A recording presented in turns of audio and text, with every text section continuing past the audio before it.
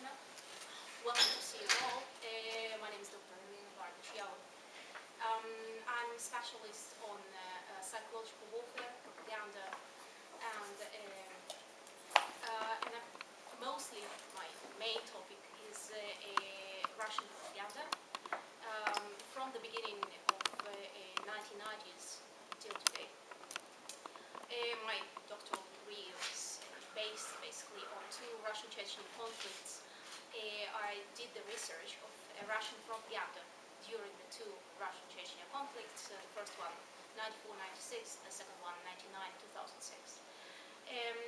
I was watching the transformation of modern Russian propaganda during the years.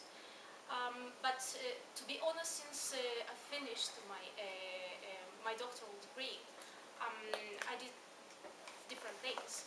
But when the new conflict between Russia and Ukraine started, it was a push for me to come back to Russian propaganda. The interesting thing is that the propaganda techniques and tactics and strategies were developed probably many years ago, but they came some kind of transformation during the last probably 20 years. Since Boris Yeltsin finished his presidency and Vladimir Putin started in '99, he came back with very old Soviet propaganda strategies, who were, as I said, transformed to something new and something overwhelming. The Russian propaganda machine is working nicely during the last probably 10 years and is transforming the public opinion in Russia from positive to negative and from negative to positive within very short periods of time. My presentation, which is about to start, and I'm really sorry about this technical problem, is going to deal with Russian propaganda during the Russia-Ukraine crisis. But this time I tried to focus on the United States, the Russian attitude to the United States during the Russia-Ukraine crisis. Shall I just start to do it manually? Dima, do you need a chair? Yeah. It will help me a lot. Thank you very much. Okay. Yeah, right. This is the first time I'm using Doctor for that kind of stuff. Okay. So I checked the Russian polls on the Russian attitudes and public opinion towards the United States, how they transformed throughout the years. And it was quite interesting to find out that this transformation was quite rapid. As you can see, from 2010 until 2014, the Russian favorable views of the United States dropped down in about more than 30%. While it started from 59, on December 4th, several days ago, you can see that the Russian favorable attitudes towards USA dropped in 37%, which is quite dramatic. But when you are watching this transformation from September 2013, you can see that Russian favorable views of the United States dropped down twice, okay? Which means that something happened in Russia throughout the last year, and this something is basically the Russia-Ukraine crisis. On that basis, a Russian propaganda machine started really massive attack on Russian people views and opinions. They were trying to transform the hearts and minds of Russian people, and they managed to do that.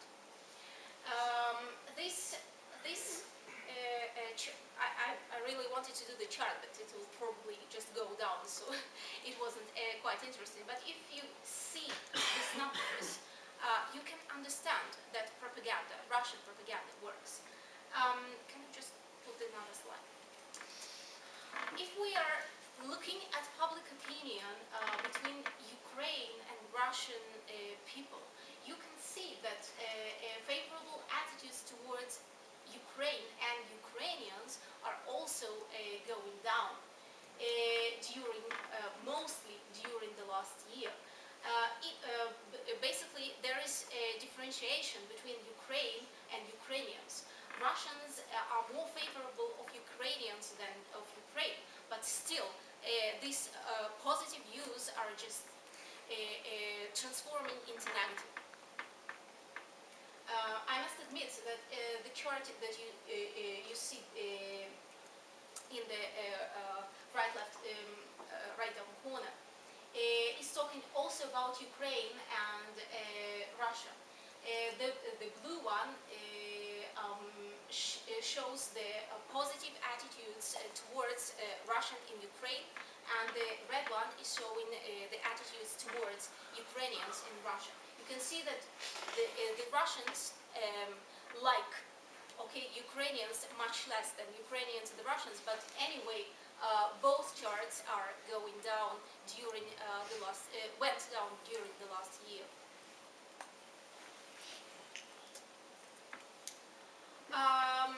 When the Russian-Ukraine conflict or crisis, call it and name it, started, I named it Cold War II.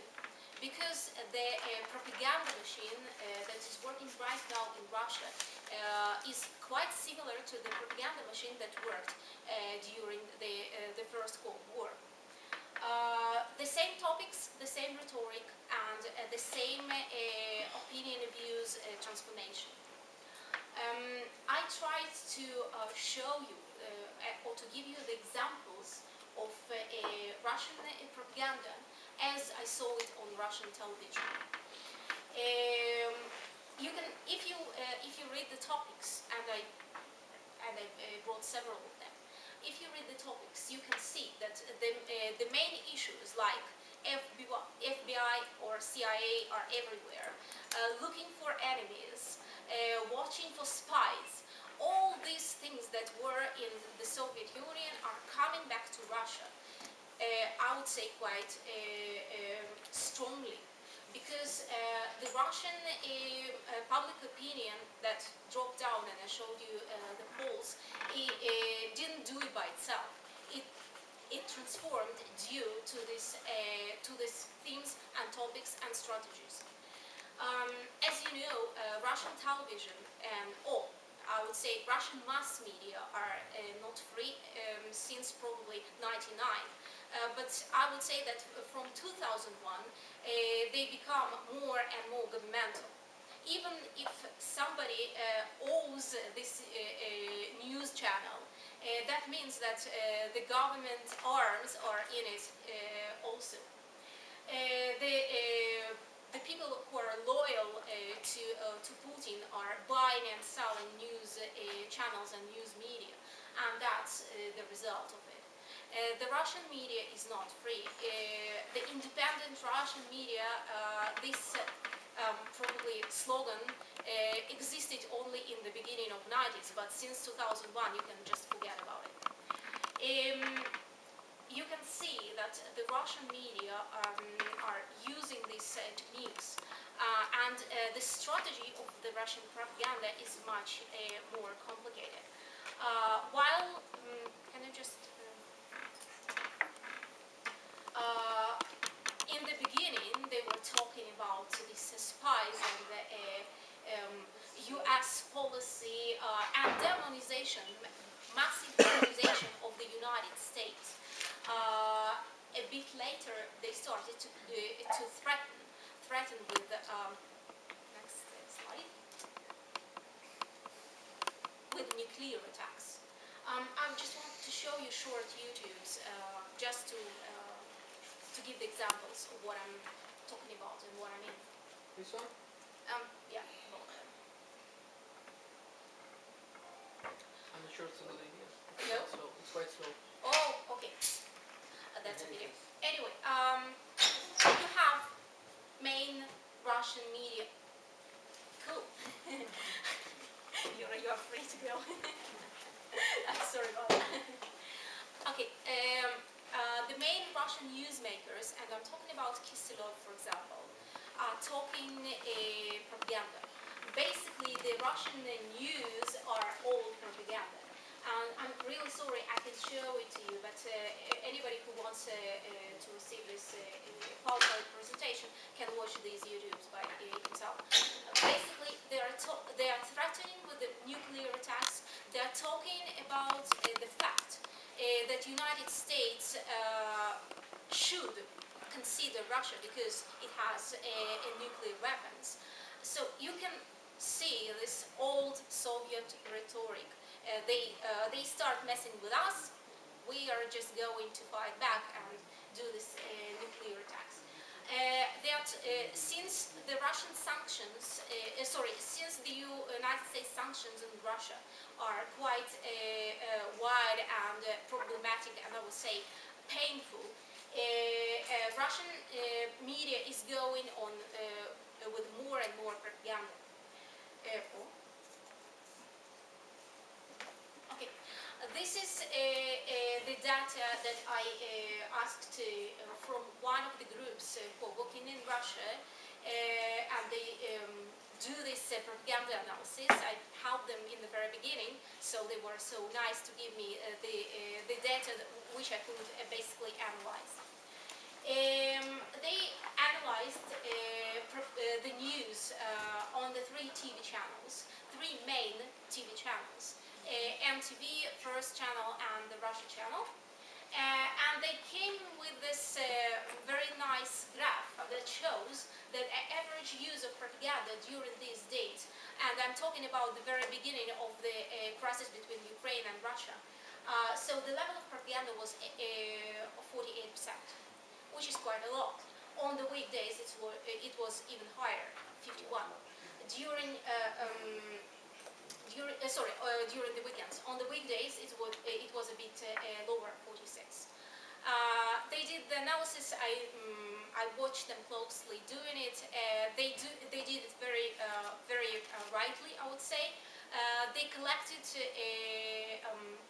They watched the TV channels, and they just pointed out how much time of propaganda is on TV channel, and this is basically the result. So 48% of TV time during these days were propaganda techniques and topics.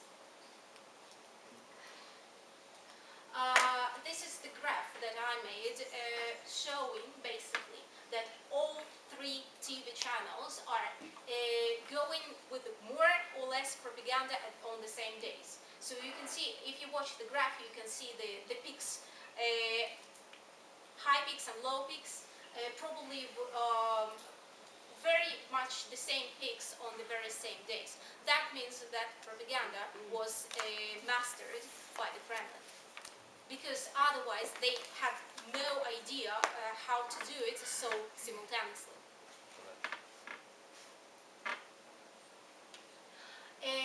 The level of propaganda during these days went down as the crisis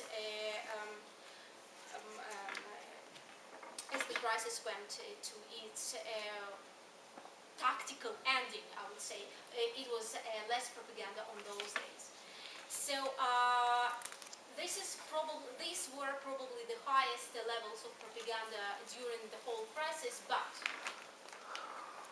this is the graph they made on the 5 days. They monitored 5 days of propaganda on these TV channels, and I'm talking not only about Russian TV channels, but also United States and Ukrainian. And they just these were the days of elections, and they watched which TV channel is using more propaganda. The interesting thing is, you can see that the first, the Russian channel, I'm talking about the red bar on the left. This is the channel Russia. Went with more propaganda techniques on these days. But the second one, I'm talking about live news. Very interesting. You can't see the difference here because this screen is not very good. But there is the difference. I'm talking about the second bar on the second red bar on the right. We are talking about live news TV channel. The interesting thing about the live news TV channel, which can easily be found on Wikipedia, is that this live TV channel was under some kind of prosecution. They had this, let's say, fight in the court with several people, and they owed more than 900,000 rubles. When these levels of propaganda, they raised them, at some point probably in July, they were announced that they paid everything. It was found out that they paid nothing. What I mean is that when the TV channel is doing exactly what the Russian government wants him to do, they just forget about this huge amount of money. As far as I was told by different journalists in Russia, this was the practice from probably the beginning of 2000. The Kremlin was prosecuting the TV channels and it was doing these financial checks on the Russian TV channels. And when the TV channels decided that they wanted to let's say, reply to the Russian government and start propagating on its behalf, the government just forgot about the money. That was with several main TV channels, and the journalists just told me that that was right. I guess that's it. I just want to add one more thing. The media in Russia aren't free. And the problem is that you can't see it when you're just watching from Israel or from abroad. They feel it from inside. The Russian journalists know that if they don't say what the government wants him to say, they will be just fired. This is not, and I'm not talking about going to jail. No, I'm talking about financial sanctions. And this is the main thing that they're doing. They are just using the financial sanctions in order to get the positive view of the Kremlin. Thank you very much. Thank you all.